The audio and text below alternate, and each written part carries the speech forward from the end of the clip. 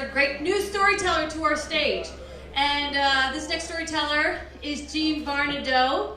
And I basically nailed that name, didn't I? Did I get it right? Thank you. I got it.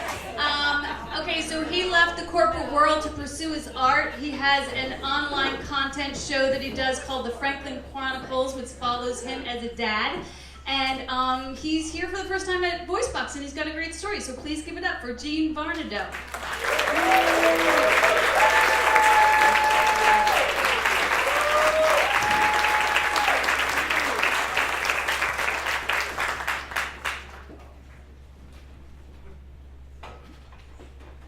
First time I met Mr. Brown, he slammed the door in my face. I was 12. Little did he know that I was to be his future son-in-law. Or maybe he did know that, and that's why he slammed the door in my face. Oh, there's no doubt about it. My father could be a jerk, my wife would later tell me. Mr. Brown gives me hope. He was cheap as hell, my wife said. Well, being frugal is not necessarily a bad thing, I offered. I didn't say frugal, I said cheap as hell. There's a difference. And the only reason I said hell instead of the F word is because your children are in the next group, and I don't want them to overhear me saying something that inappropriate. But trust me, the F word more appropriately describes his cheapness. She told me how every summer he would buy 99-cent flip-flops from Kmart. Those would be his summer sandals. Since they were so cheap and poorly constructed, they would inevitably fall apart. But Mr. Brown would staple them back together and wear them the rest of the summer, triumphantly. The fact that they tore up his feet was irrelevant. Those are some good sandals, to tell you the truth about it. They last me the whole summer. He would say this, pointing to his shredded sandals and equally shredded toes. All of their summer trips were to visit family in the South, mainly in Mississippi and Texas. They always drove the 12 or 15 hours straight through, without stopping for bathroom breaks or to rest. Right? The toll of saving cash was not outweighed by the misery of having to hold their bladder for 15 hours. Peeing on the side of the road was free. Stopping to rest at hotels was absolutely out of the question. Obviously, hotels cost money. The difference between me and most people is when I see a penny on the ground, I pick it up. Most people will just pass it by, he once boasted to me. My wife's 13th birthday, Mr. Brown chose to go fishing with his good friend, Clyde. When they came back, the house was filled with the euphoria of children on cake. Clyde shot a look at Mr. Brown. His disdain cut a path through the reverie. It's your daughter's birthday and you chose to go fishing with me? What's wrong with you, man? I imagine it was Mr. Brown's way of boycotting the expense of the party. Trina, Trisha's younger sister, once asked Mr. Brown if she could go roller skating. He refused. Outraged, my wife paid for the skating trip. She told him he needn't worry about it. She directed her sister to come to her for whatever she needed after that. My wife was 16 at the time. His austere lifestyle drew a wedge between him and his family. He failed to see the joys in life, only their price tag. Why do I buy sandals when 99-cent flip-flops are fine, he asked. My wife shot back, because they tear up your feet and they don't last. You can spend $15 on sandals that are not only more comfortable, they will last longer. Mr. Brown dismissed that notion out of hand. Like I said to him, misery was free. His harsh thriftiness began to take a further toll on him.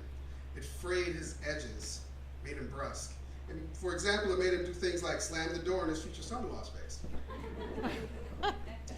Tricia had been sick that day and missed school. I stopped by to make sure she had the day's homework. Mr. Brown opened the door. broad shoulders. Like his name, he was deep brown, the color of a chestnut. Hi there, Mr. Brown. I'm Trisha's friend from school. Is she home? Slam! I stood there awkwardly, touching my fingertips together, not knowing what to do. So I was about to walk away. Trisha appeared at the door. Even at the age of 12, she was lovely. The color of butterscotch. Her eyes were the shape of almonds. She apologized for her father. Why were you trying to bring me homework of all things? She would ask me later. That was my Mac. Why do you think I did that? Homework was your Mac? That was dumb. I never claimed to be a smart kid. In retrospect, it occurred to me I would have had more luck if I had said, "Hello, Mr. Brown. I was just wandering around here in front of your house. I found this penny on the sidewalk. I was wondering if you would like it." Oh, and is Trisha on? We live in New York. What are you gonna do? Mr. Brown would often chase the girls out of the living room while they watched television. Without saying a word, he would walk in and change the channel to football. Taking the hint, the Brown ladies would retreat to the kitchen, where they would laugh and play cards. Their joy with each other became a great shared secret. For Mr. Brown, it turns out that, like misery, happiness had little monetary value. You're missing it, Mrs. Brown would tell him. Missing what? You have two amazing daughters. You're missing out on them. You're missing out on their lives. She was right. He was missing out. Their marriage wouldn't last. 15 years later, Latricia and I started dating. Turns out my homework scheme did work. It just took a little longer than I anticipated.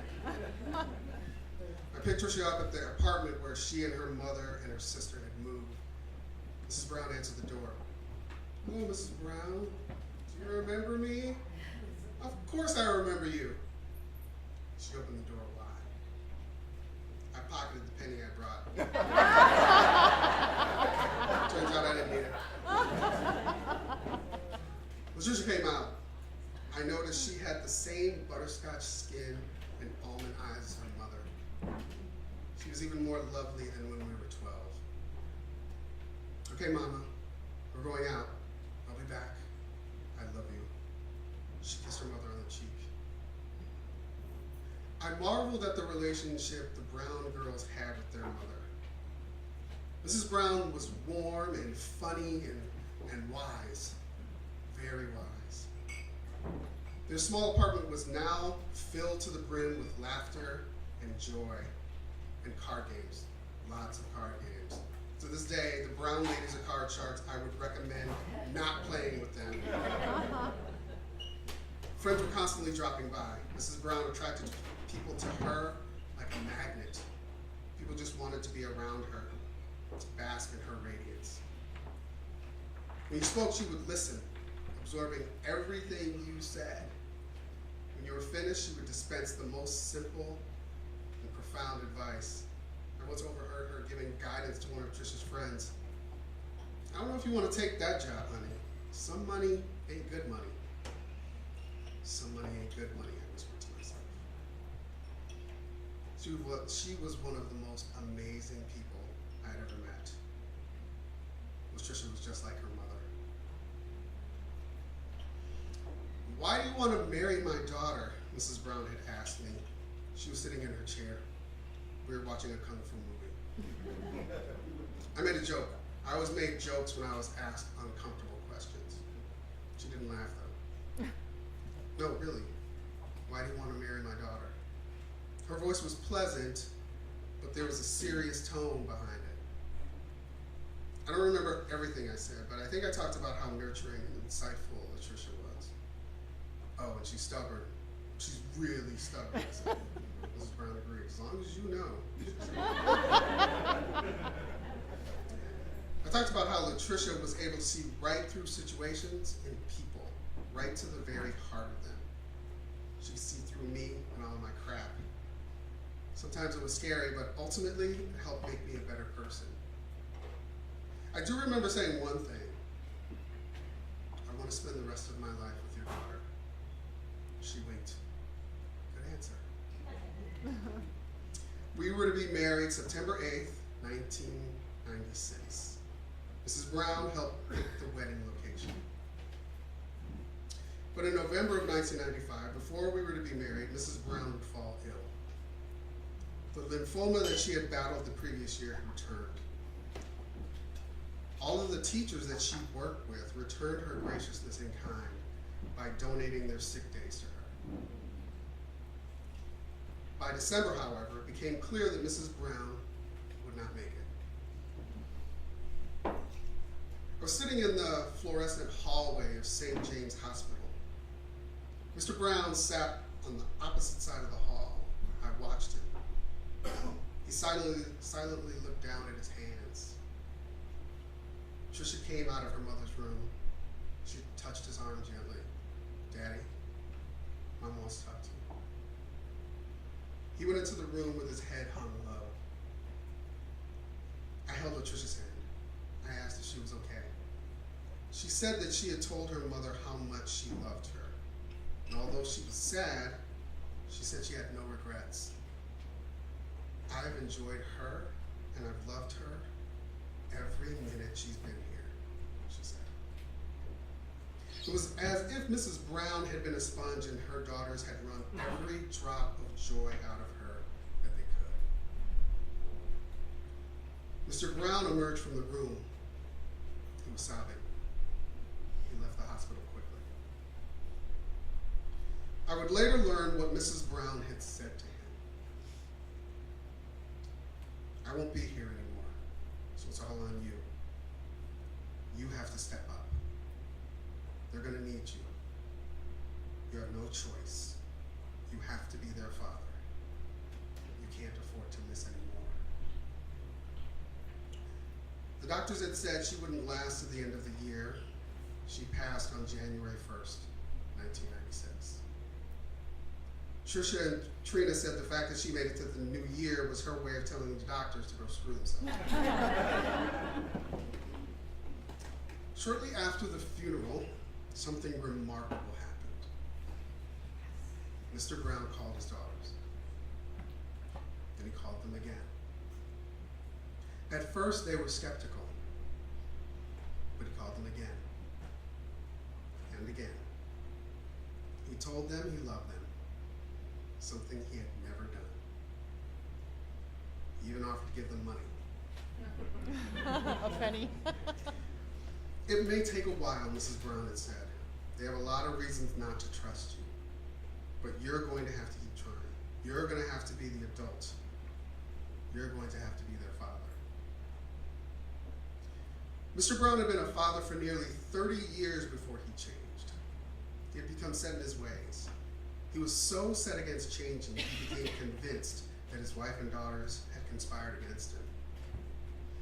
Rather than take accountability, he twisted his reasons into pretzels in order to justify his actions.